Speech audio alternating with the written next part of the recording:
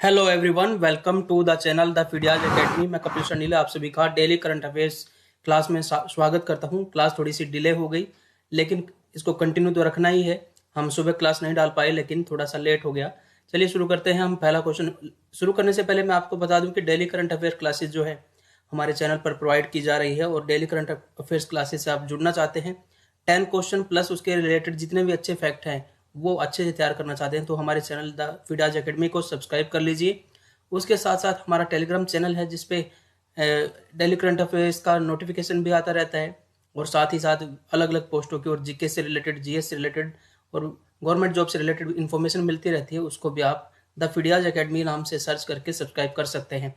पहला क्वेश्चन शुरू करते हैं आज का। Who has been granted the 2021 global goalkeeper award? किसको जो है 2021 का वैश्विक ग्लोबल गोलकीपर पुरस्कार प्रदान किया गया है?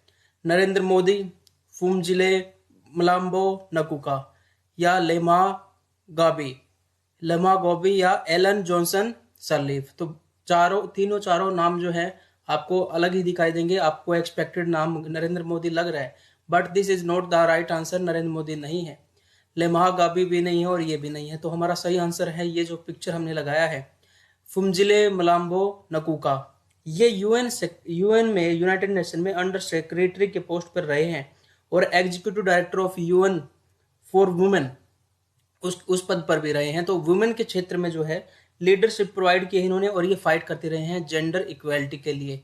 ठीक है, लैंगिक समानता के लिए ये फाइट करते रहे हैं, इसलिए इनको विश्व गोलकीपर अवार्ड जो है, वैश्विक गोलकीपर अवार्ड पुरस्कार प्रदान किया गया है 2021 का। ये अवार्ड किसके द्वारा दिया जाता है? देखिए, बिल गेट्स और उनकी पत्नी के नाम पर एक फाउंडेशन है, जिसका इनकी पत्नी का नाम है मेलिंडा गेट्स। ठीक है, तो बिल गेट्स और मेलिंडा गेट्स फाउंडेशन के द्वारा ये पुरस्कार इनको दिया गया है। काफी इंपॉर्टेंट है, काफी फेमस ये फाउंडेशन है जो एक्टिव रहती है। इससे क्वेश्चन पूछा जा सकता है। नेक्स्ट क्वेश्चन की तरफ देखते हैं। विश्व रेबीज दिवस 2021 में अब कब मनाया गया? ठीक है, कब मनाया जाता है, नहीं कब मनाया गया 2021। तो डेट तो हर साल वही रहती है। आपको रिसेंट में काफी हमने बताया है कि 26 सितंबर से अब 28 सितंबर की बारी है। This is the right answer. 28 सितंबर जो है इसका सही आंसर है। तो यहाँ पर ऑप्शन थोड़ा उल्टा हो गया है, लेकिन यहाँ पर भी 28 सितंबर है। हम इसको डिजाइन करने की कोशिश कर रहे थे, इधर हमने एडिट नहीं कर पाए। This is the right answer. 28 सितंबर को विश्व रेबीज दिवस मनाया जाता है। ये किस लिए मनाया जाता है? रेबीज एक वायरस होता है जिसकी वजह से रेबीज की बीमारी हो जाती है, और सीधा वो माइंड को अफेक्ट करती है, और इसका अगर ये माइंड में पहुंच जाता है तो इसका कोई इलाज भी नहीं है। इसलिए जो गर्म खून के जो वार्म ब्लड एनिमल्स होते हैं उनकी सलाइवा के अंदर ही मिलता है।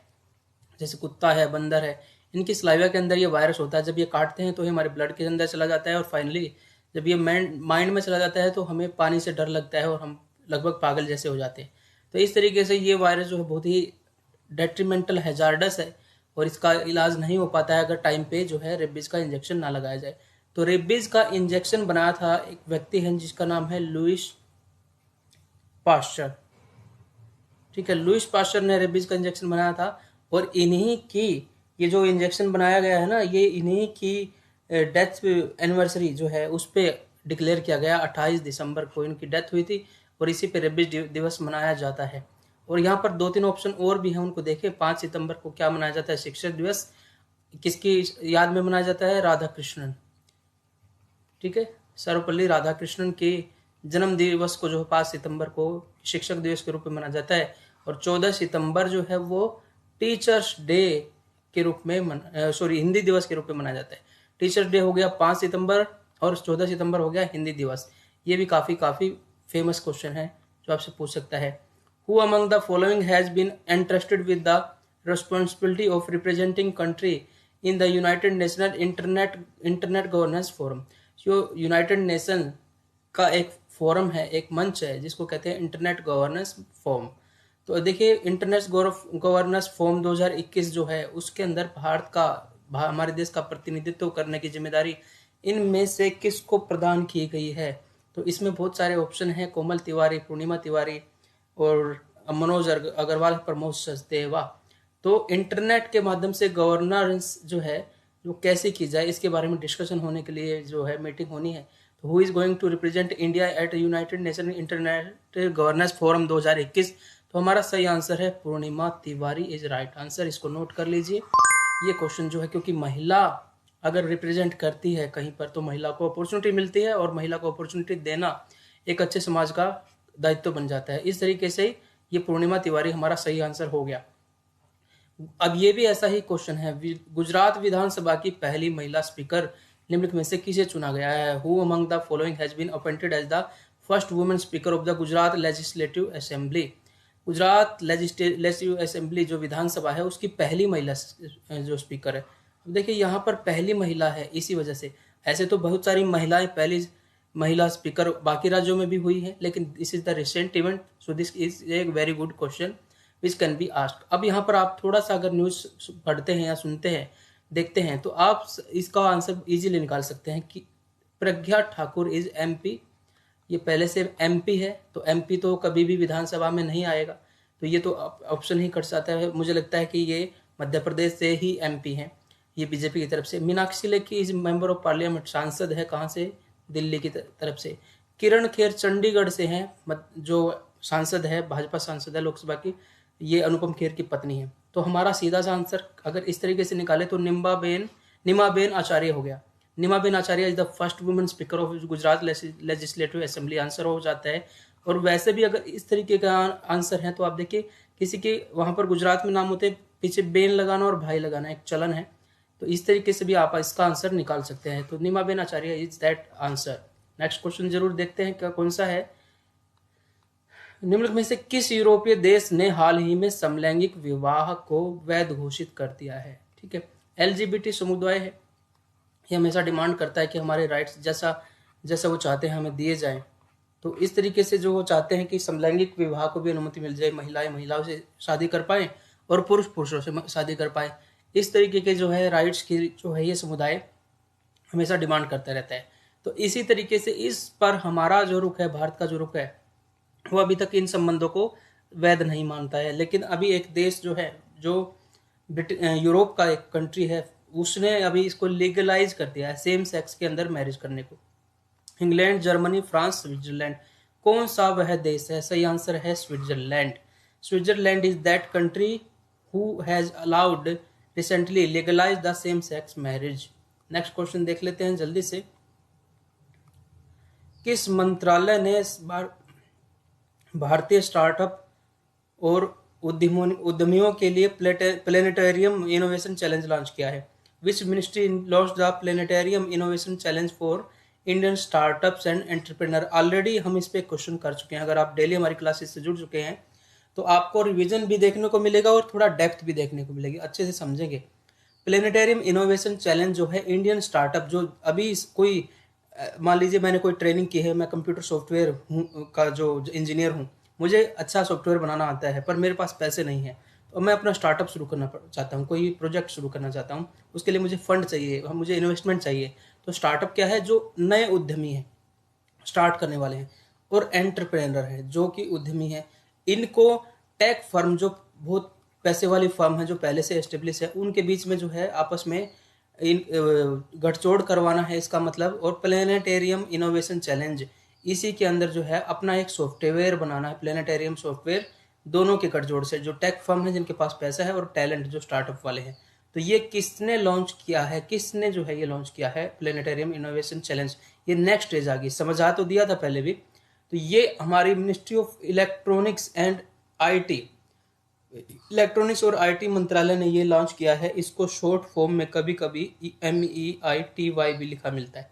तो ये हमारा सही आंसर है। देखिए यहाँ पे एलिमिनेशन मेथड में आप जल शक्ति मंत्रालय को काट सकते थे, ठीक है। और यहाँ में MSME जो है ये मंत्रालय उद्यमियों पर ध्यान तो देता है, लेकिन ये छोटे उद्योगों, यहाँ पर इनोवेशन की बात चल रही है, तो यहाँ पर इन दोनों से ऑप्शन हो सकता है, और ये सही आंसर हो गया हमारा इलेक्ट्रॉनिक्स और IT मंत्रालय। नेक्स्ट क्वेश्चन की बात करते हैं। कौन सी संस्था ने भारत में डिजिटल स्काई प्लेटफॉर्म संचालित करती है? कौन सी संस्था भारत में डिजिटल स्काई प्लेटफॉर्म को संचालित करती है? Which entity operates a digital sky platform in India? देखिए स्काई की बात हो रही है, सबसे पहले तो यही से आप आंसर निकाल सकते हैं। NITI Aayog is not related to sky, reserve bank is related to monetary policy, this is also not related to sky. तो अब हो गया सूचना प्रौद्योगिकी मंत्रालय और नागर विमानन महानिदेशालय। लेकिन यहाँ से आप आंसर वैसे तो सीधा सीधा निकाल सकते हैं, नागर विमानन जो निदेशालय है, directorate general of civil aviation, ये इसका संचालन करती है, नो डाउट करती है। लेकिन यहाँ पर आपको एक और चीज देखनी है कि यह चीज है क्या। असल में जब भी कोई वायुयान जो एरोप्लेन कहीं पे उड़ता है, ठीक है, उसको एक लेन में उड़ना होता है, उनका एक ट्रैक रूट होता है, उस पर उड़ना होता है। और कहीं कहीं पर मान लीजिए कहीं राष्ट्रपति का भवन है, कहीं पर प्रधानमंत्री का भवन है, तो उस रेंज से हेलीकॉप्टर या एरोप्लेन नहीं उड़ सकता है, ठीक है। अगर कोई गलती से वहां से उड़ता है तो उसको जो है वार्निंग दी जाती है और उसको नीचे उतारा जाता है हेलीकॉप्टर वगैरह को। तो वो रेड जोन हो जाती है। फिर एक ऑरेंज जोन होती है जो कभी कभी परमिशन से उड़ सकते हैं, और एक होती है ग्रीन जोन से आप उड़ सकते हैं। तो ये एरोप्लेन की बात है। लेकिन ये जो डिजिटल स्काई प्लेटफॉर्म जो शुरू किया गया है, ये ड्रोन्स से किया गया। आप देखिए ड्रोन्स से भी आपने देखा है कि क्रॉस बॉर्डर टेररिज्म ने ड्रोन्स के माध्यम से भारतीयों पर अटैक करने की कोशिश की है। तो उन ड्रोन्स को भी एक लिमिटेड एरिया में ही उड़ाने की परमिशन दी जाती है। तो इसलिए अब ड्रोन्स के लिए भी रेड जोन, ऑरेंज जोन और ग्रीन जोन जो है वो बना दिए गए हैं। और आप जो है डिजिटल स्काई प्लेटफॉर्म पे इसको जो है इस चीज़ को देख सकते हैं, इसको समझ सकते हैं अच्छे से, ठीक है। अब देखिए एक और चीज़ आपको मैं बताना चाहता हूँ कि ये सारा का सारा जो है यूनियन मिनिस्ट्री ऑफ फॉर जो है एविएशन जो है, जो नगर विमानन मंत्रालय है, उसके अंडर ये सब चल रहा है। और इसको जो है आप मैप के माध्यम से, इन्होंने एक मैप जारी कर दिया है पूरा का पूरा, उस मैप को यूज कर सकते हैं जब भी ड्रोन उड़ाते हैं, और आपको रूट मिल जाएगा उड़ाने के लिए। एक और बढ़िया क्वेश्चन है, which organisation has developed an indigenous charger for electric vehicles named AC001। तो कौन सी वो ऑर्गेनाइजेशन है, किस संगठन ने AC001 नाम के एक इलेक्ट्रिकल वाहनों के लिए स्वदेशी चार्जर विकसित किया है। तो आप जब भी कोई बैटरी को चार्ज करने का, एक अपने घर पे कभी बैटरी चार्ज की हो तो एक चार्जर आता है, अलग से चार्जर आता है, और बैटरी के पॉजिटिव नेगेटिव एनोड कैथोड दोनों पर जो है उसको अटैच कर दिया जाता है। अब यहाँ पर अगर आप देखें तो ये अब तक के जितने चार्जर है वो या तो विदेशी थे, या फिर वो किसी न किसी तरीके से विदेशी माध्यम से उनको असेंबल किया गया था। अब यहाँ पर एक संस्था है, DRDO, इसरो, ARI और CSIR, इनमें से एक संस्था है जिसका नाम है ARAI। इसकी फुल फॉर्म है automotive research association of India. Automotive research association of India, इसने एक मेमोरेंडम ऑफ अंडरस्टैंडिंग जो है वो साइन किया है भारत इलेक्ट्रॉनिक्स के साथ। भारत इलेक्ट्रॉनिक्स एक कंपनी है, उसके साथ एक मेमोरेंडम किया है कि ये बनाएगा और ये भारत इलेक्ट्रॉनिक्स जो है उसको मार्केट करेगा, ठीक है। तो ये पूरी तरह से भारत में बना हुआ चार्जर है। और इलेक्ट्रिकल वाहन जो आज देखते हैं कि इलेक्ट्रिकल व्हीकल जो है उसको प्रमोट किया जा रहा है ताकि पोल्यूशन ना हो, और हम ग्रीन टेक्नोलॉजी की, क्लीन टेक्नोलॉजी की तरफ बढ़ने की कोशिश कर रहे हैं। तो अब जैसे CNG के पंप चाहिए या पेट्रोल पंप चाहिए, उसी तरीके से इलेक्ट्रिकल चार्जिंग के भी पंप चाहिए, और कहीं कहीं हमें अपने घरों में भी चार्जिंग का ऑप्शन मिल जाए। तो इसके लिए इलेक्ट्रिकल वाहनों के लिए स्वदेशी चार्जर विकसित किया है। स्वदेशी चीज़ हमेशा सस्ती होती है और थोड़ी टिकाऊ भी होती है, ठीक है। तो ये अच्छा आंसर है, ARAI is the right answer.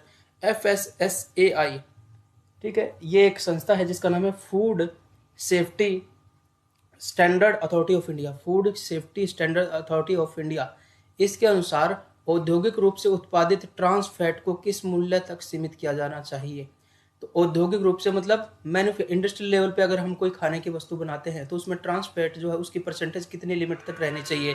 तो FSSAI ने बताया है कि 2% तक इसको लिमिट करने की आवश्यकता है। और उसने ये भी बताया है कि पिछले 1 साल से 1.3% तक लिमिट आ रहा है, यानी कि हम ट्रांस फैट फ्री सोसाइटी बनने की तरफ बढ़ रहे हैं। और ट्रांस फैट जो है वो एक ऐसी फैट है जिसकी वजह से कोलेस्ट्रॉल, ये बैड कोलेस्ट्रॉल में काउंट होती है, बैड कोलेस्ट्रॉल में इसको काउंट किया जाता है, और इसकी वजह से हार्ट डिजीज की संभावना हो जाती है।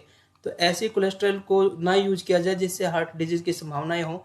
जैसे आप चिप्स खाते हैं या फिर आप कोई और फ्राइड चीज स्नैक्स खाते हैं जो कि पैक्ड आता है, कुरकुरे खाते हैं, उसमें ज़्यादा ट्रांस फैट ना हो। तो जीरो ट्रांस फैट का लक्ष्य तो है, लेकिन 2022 तक इसने कहा है क्या कि 2022 तक हम 2% के लक्ष्य को हासिल करना चाहते हैं, और वो लक्ष्य हासिल भी हो रहा है, ठीक है।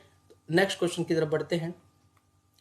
किस संगठन ने एक रिपोर्ट दी है जिसका नाम है जलवायु संकेतक और सतत विकास अंतर संबंधों का प्रदर्शन शीर्षक से रिपोर्ट जारी की है? Which organisation has release the report title climate indicators and sustainable development demonstrating the interconnection.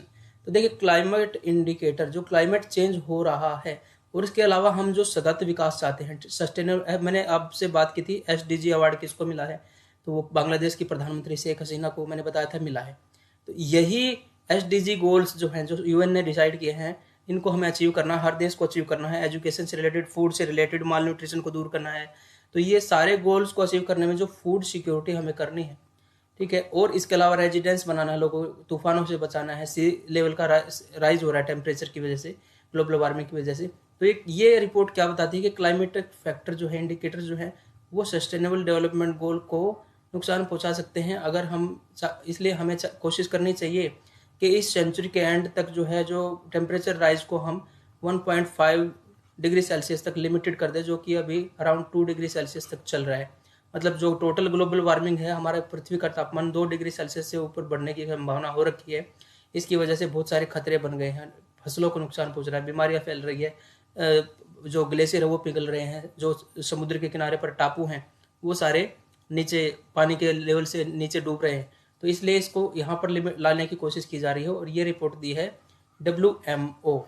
जो ये WMO है, ये यूएन की एक एजेंसी है, यूनाइटेड नेशन की एजेंसी है, जिसका फुल फॉर्म है world meteorological organisation. World meteorological organisation, इसके द्वारा ये रिपोर्ट दी गई है। और ये कहती है रिपोर्ट कि हमें आवश्यकता है कि 1.5 डिग्री सेल्सियस तक ही जो टेम्परेचर राइज है इस सेंचुरी के एंड तक, यहाँ तक इसको रोक दिया जाए।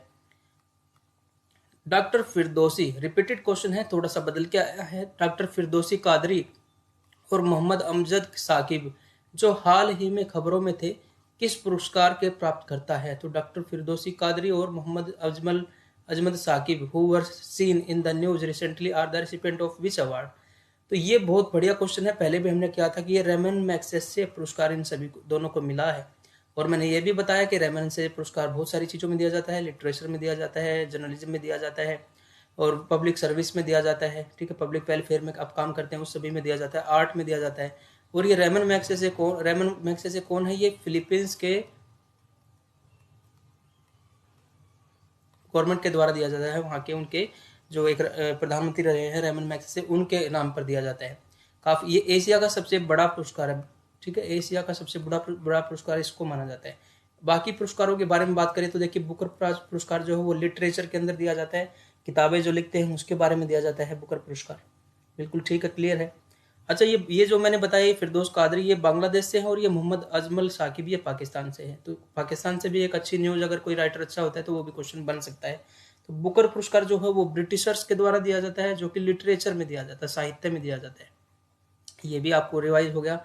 अब देखिए, पुलित्जर पुरस्कार ये यूएसए के द्वारा दिया जाता है, पत्रकारिता या जर्नलिज्म के अंदर और आर्ट के अंदर, ठीक है, कला के अंदर, इन दोनों में दिया जाता है। एबल पुरस्कार मैथमेटिक्स में दिया जाता है।